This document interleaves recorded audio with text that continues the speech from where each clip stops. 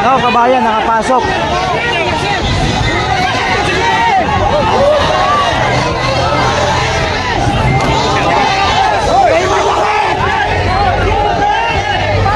Nakapasok kabayan, no?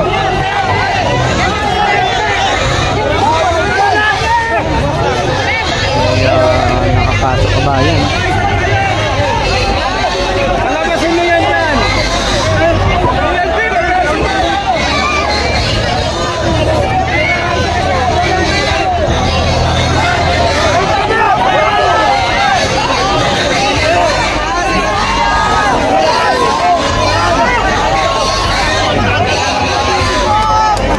Nako kabayan, nabuksan yung ano. May nakakapasok na po dahil nga po siyempre talagang umiinit yung lalo ho ang eksena dito. Nako.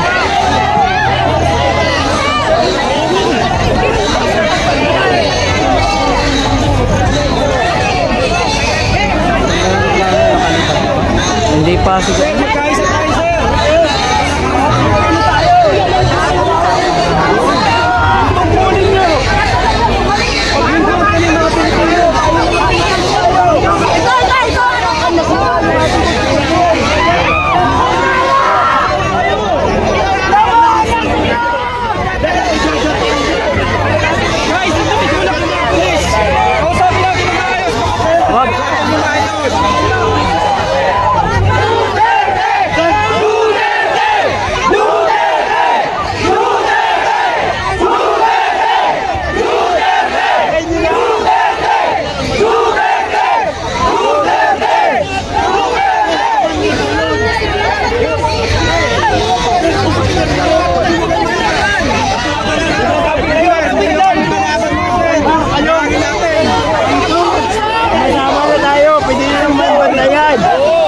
Bantayan nyo na lang, nakapalibot. Sama-sama na kayo! Bantayan nyo na kayo, magpasok!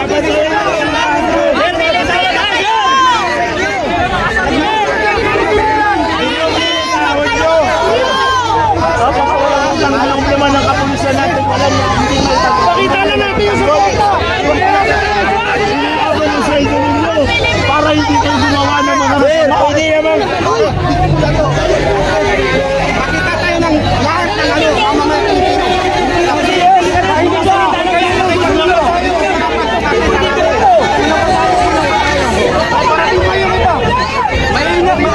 Mission lang.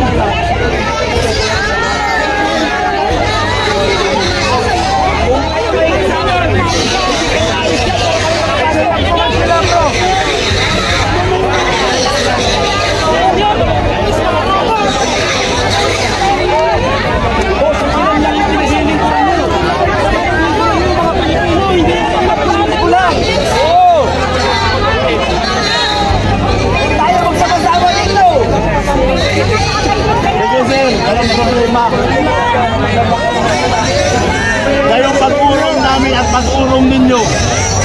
Pag sinakop yung bansa natin, kayo-kayo na lang. Kasi ganyan kayo, taga-sulit kayo. Kami, pusang loob ang amin. Sa damdamin at ipagtatanggol. Pero sa inyo, wala kayong pagtatanggol. Di ba? Pag nagkagera, kayo na lang. Pag meron ulit saktong kupon, pasensya na, wala na kami puso sa mga pulis.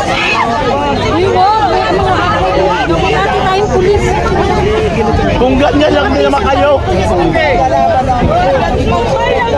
akala ba namin ang mga pulis ay bayani? Bayani ng aming bayan o bayan lang sa bayan? Ang mga pulis ay hindi bayani ng bayan, bayaran ng bayan. Bayaran ng bayan. Insulto rin ang ginagawa nila dito. Kailangan namin ng suporta dito. Pangulo namin yan.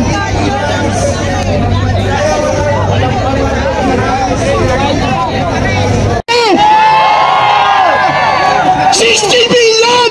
Hindi biro! Huwag niyong babuyan dahil hindi niyo alam kung ilang tao yun! Naniwala! Alam naman namin yan eh! Alam namin!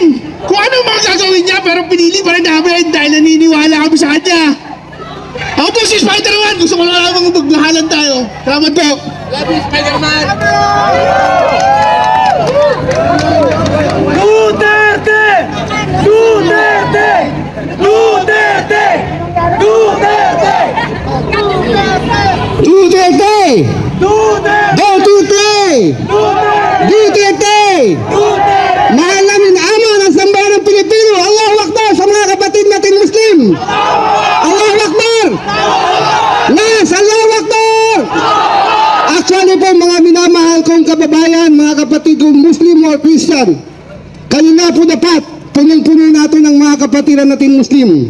Dahil oras ng pag-aayaw namin pagsasamba namin. Ngayon, tapos na po ang pagsasamba namin tarawih. Nandito na kami lahat.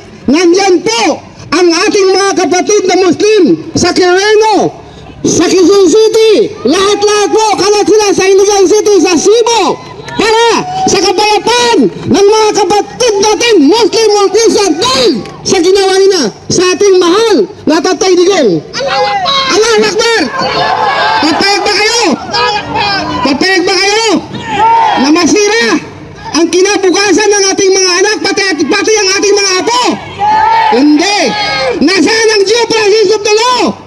Mga kapatid namin, mga taga-Supreme Court, huwag kayong bias!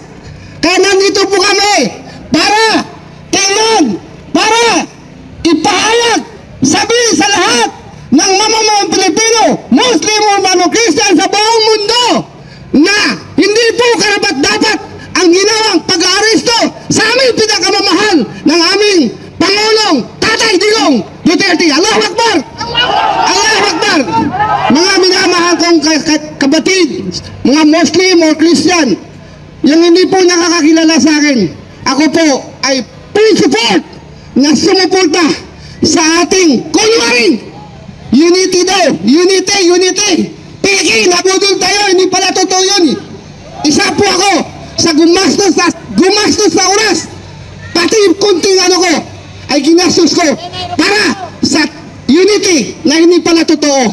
Kaya nandito po tayo para wakasan yan, tulukan yan, tapusin yan. Allahu Akbar!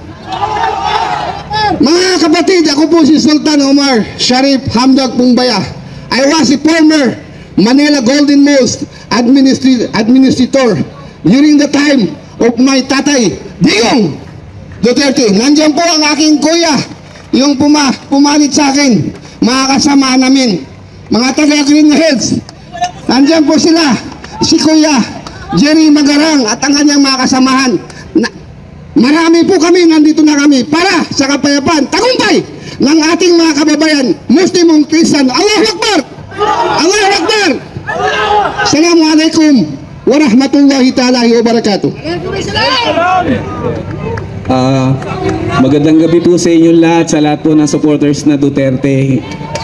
Alam mo naman po natin sa sarili natin na hindi po ligid sa ating kaalaman, hindi po tayo lahat Duterte. Pero dahil sa pinaiiral natin po ang tamang batas, nandito po tayong lahat at pinagbuklod-buklod po tayo lahat. Sa kadahilanan nandito po tayo, ako po yung nakikiusap sa mga kapulisan at kasundaluhan sa loob ng Villamor. Huwag po sana natin kalimutan ang pinangako natin sa taong bayan na ipagtatanggol natin ang sovereignty ng Pilipinas. Ngayon, parang nangyayari, huwag po nating suwayin yan. Huwag po tayong makinig sa mga dayuhan. May sarili po tayong batas na pinaiiral sa Pilipinas. Hindi po ba kayo nakukonsensya? Muslim, Kristiyano, nagsama-sama rito, Ilocano, Bisaya, from Region 1 to 13, nandito lahat para pairali ng batas. Huwag po natin suwayin yan. Doon po sa mga kapulisan, pinag-aaral po tayo ng mga magulang natin. Tinuruan po tayo, ipagtanggol po natin ang karapatan ng bawat Pilipino. Huwag po natin suwayin yan. Ngayon, sino ba po bansang makikialam dito sa Pilipinas? Wala po silang magagawa. Kung ang detachment commander ng Villamor, hindi po susunod. Dahil hindi po labag sa batas yan. Dahil may sarili po tayong batas. Sana naman po pakinggan niyo po ang boses ng taong bayan. Ang taong bayan nakikiusap sa inyo, nanilinik luhod nagsasama-sama po kami rito bilang simpleng mamamayan. May pera, mayaman, may pinag-aralan, walang pinag-aralan. Nagre-respetuhan po tayo dito bawat isa. Yung mga pulis ng mga naka-uniforme, gumising kayo sa katotohanan. Alam niyo ang tamang batas. Warrantless. Walang dapat hulihin kung walang warrant. Warrantless po yan. Ngayon nandito tayo sa sovereignty ng ating bansa.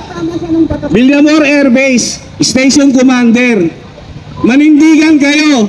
Ipairali ninyo ang batas ng tamang Pilipino para sa mamamayan. Hindi po natin kailangan magkagulo. Pare-pareho po tayong Pilipino rito. Nag-aral po tayo para po sa tama. Ang taong bayan, ang dapat niyong protektahan. Ang batas ng sovereignty ng Pilipinas, ang dapat ninyong pairalin. Bilang simpleng mamamayan, hindi po ako namumulitiko. Sinasabi ko lang po ang karapatan at sinisigaw ng taong bayan. Yun lamang po. Assalamualaikum. God bless. God bless to all. Pilipino, mabuhay kayo. Tatay Duterte, nandito lang po kami. Nasa tamang batas, pagpapairal ng batas. Yun lamang po sana pakiusap ko. Sana po tumanib sa puso ninyo. Yun lamang po. Magandang gabi po sa inyo lahat. Salamat po. Duterte! Sino pa? Sino pa? Duterte! Duterte! Pa yung gusto mo? Duterte!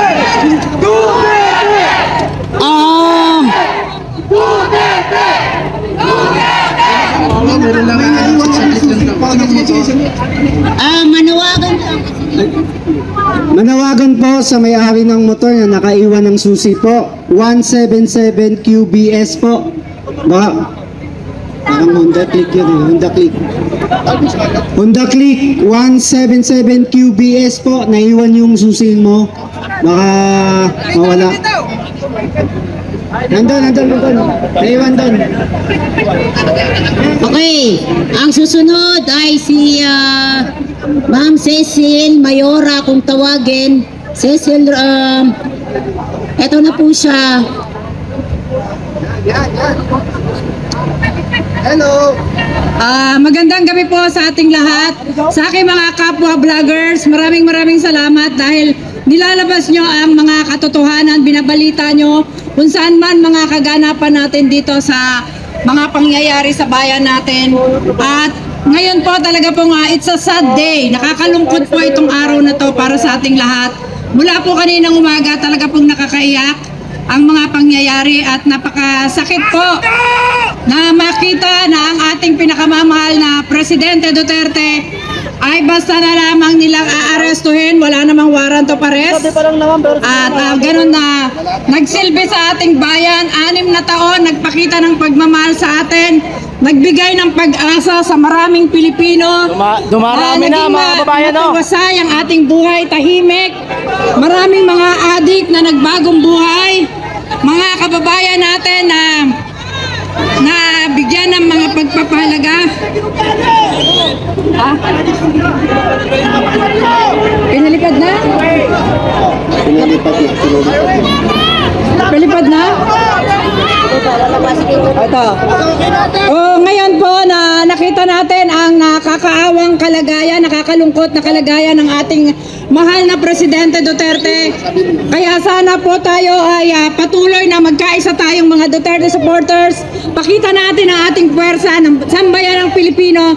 Pakita natin ang pagmamahal natin sa ating pinakamamahal na Presidente Duterte. At para mabigyan natin siya ng lakas ng loob at ipagdasal natin siya sa kanyang edad na 80 years old, makayanan niya ang mga pagsubok na nangyayari ngayon sa buhay niya. Sobrang stress po sa isang katulad niya na matatang naman. Pinalipad na.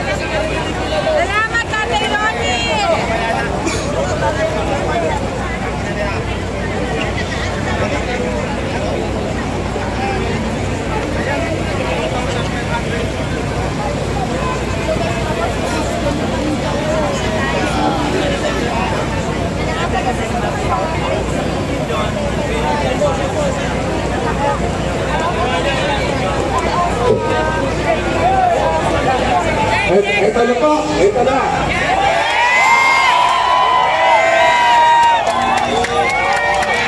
At least dito maririnig ko kayo. Napaparinig natin kung paano inapi ang ating presidente na nagmahal ng tunay sa ating bayan. Nangyayari po namin yung gusto magsalita pero pakiusap po, bawal po tayo magmura. Ulitin po natin, yung mga kapulisan po nandito, hindi po natin kahaway ito. Ang kahaway natin, yung bangag dating presidente. Umpisahan nyo na po at dito po ako. Attorney Trixie. Yes, Attorney Trixie.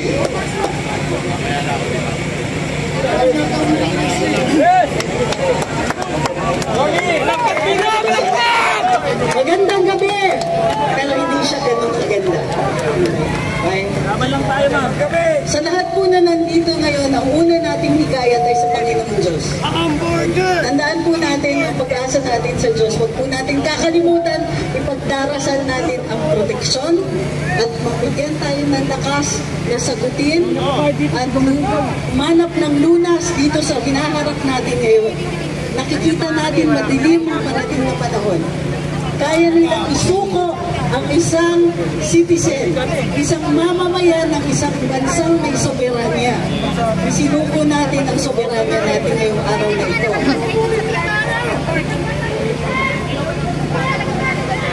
Alam ko galit kayo. Galit na galit. Sobrang galit! Ano ang mga pwede natin gawin? Salita, magpahayag, magpulong-pulong. Pulong na sa Malacanang. Teka mo na. Signal Johnny. Yan.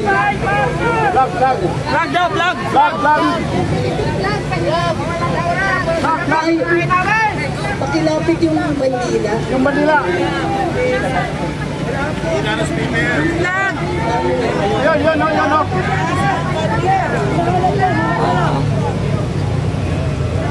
Kailan.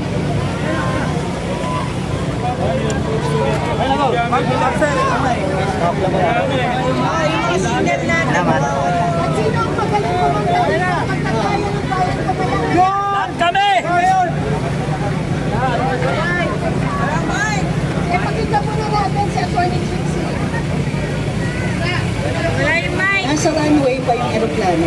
Yes! Pero nasa loob ang ating Pangulo. Ang hirap ng dating Pangulo. No? Sa puso natin, siya pa rin. Sa ating pinakamasasayang alaala, siya pa rin. Tandaan natin kung ano yung ginawa niya sa atin. At kung paano tayo binibigo ng administrasyon ngayon. Ito lang, pakaliit na nga ng kaligayahan natin. Hindi na nga nila pinansin yung problema sa pagkain. Hindi pinapansin yung problema sa kakulangan ng trabaho. Hindi pinapansin yung problema sa mga pinatigil na mga tren. Hindi pinapansin ang kahirapan ng buhay. Ang pagdami na naman ng krimen, ng droga sa kalye. Ito yan! Ang mga anak natin takot na naman maglakad sa kalye sa gabi. Tama yan! Tama! Bumalik na po ang holdapan. Ito yan! Cellphone snatching. Tama yan! Lahat ang baligan. Isa na yung kapatid ko na... Ang dami na naman po. Oo yan, marami nga. Ano ba naman yung protektahan nila tayo? Ay, opo. Opo. May gusto magsalita. Opo, tapusin lang po natin ito. Una, dasal. Pangalawa, magsalita, magpahayag. Pangatlo, pag nanawagan tayo ng malawakang kilos protesta, handa na po ba kayo?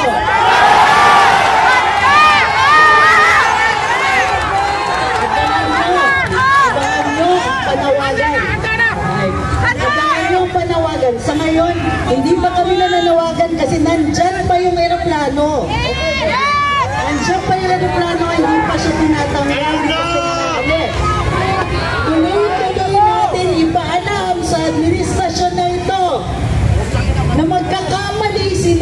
makaalis yung aeroplano na yan. Hindi kami maligaya. Ngayon pa lang sa administrasyon na ito, lalalim ang galit pag nawala sa Pilipinas si Rodrigo Duterte.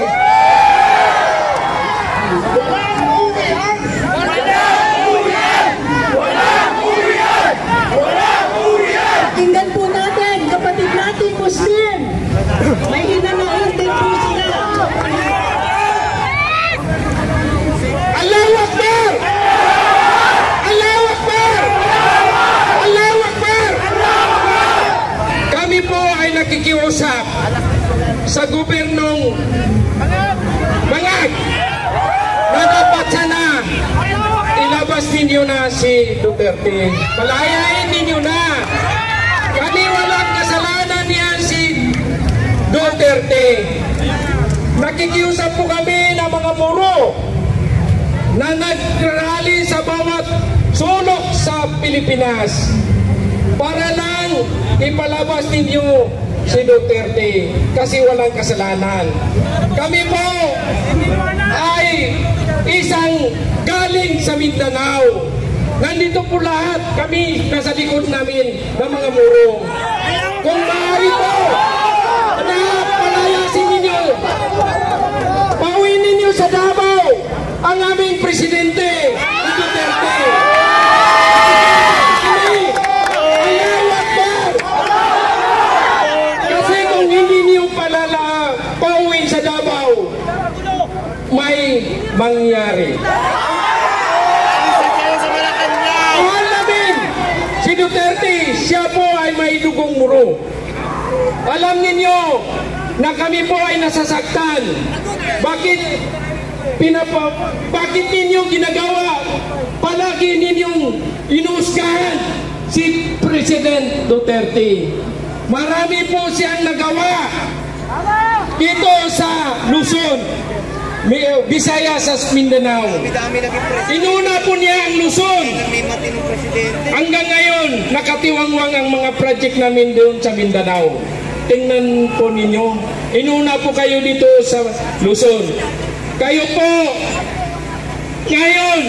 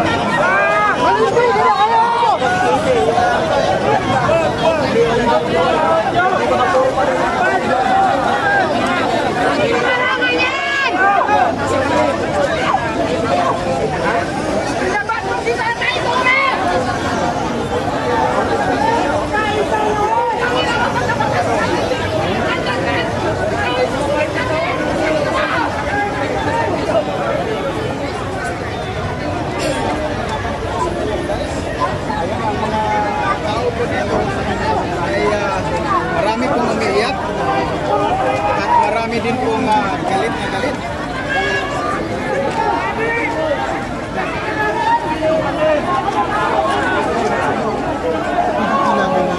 Sa kayo,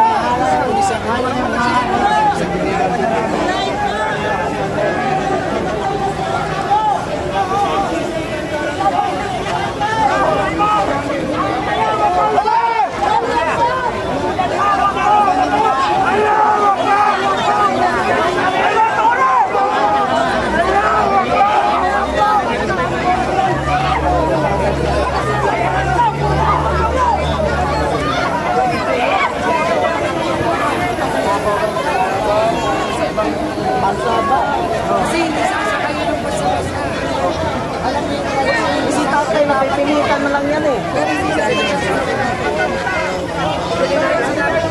Sakay na.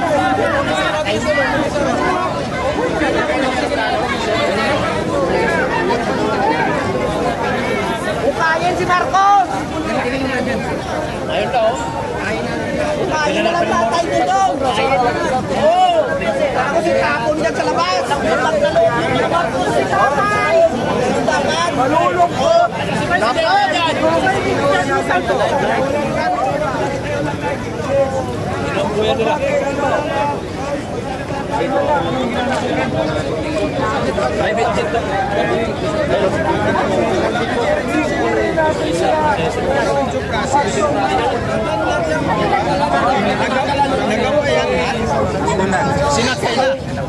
Nagawa nila yan sa isang dating presidente na student president at pag-ICC.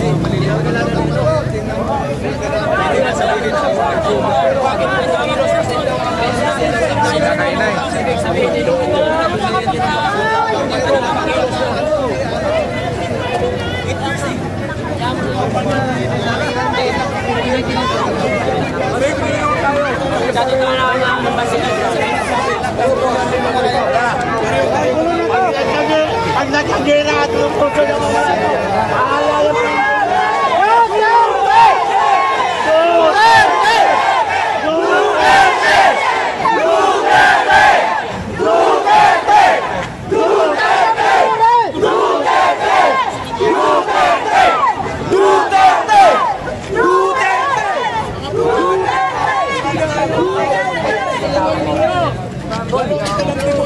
Panindigan kayo sa buhay ninyo! Gamitin natin yung utak natin. Tayo natin yung tamang oras. Hindi ito ang tamang oras. Wala kayo sa akin. Hindi ito ang tamang oras. Tayo natin tama. Hindi, yan mo yun.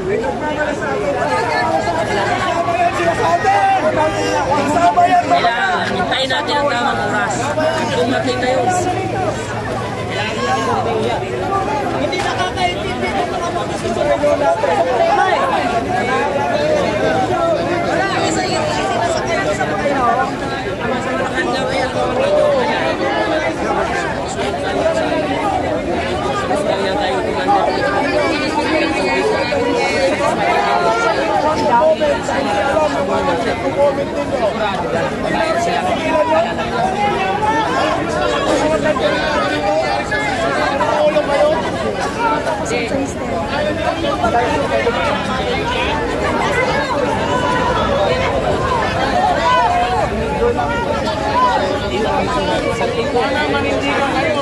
Bakit wala yung uniforme ninyo?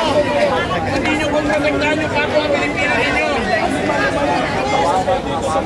Walang ginawang masama sa gobyerno sa inyo.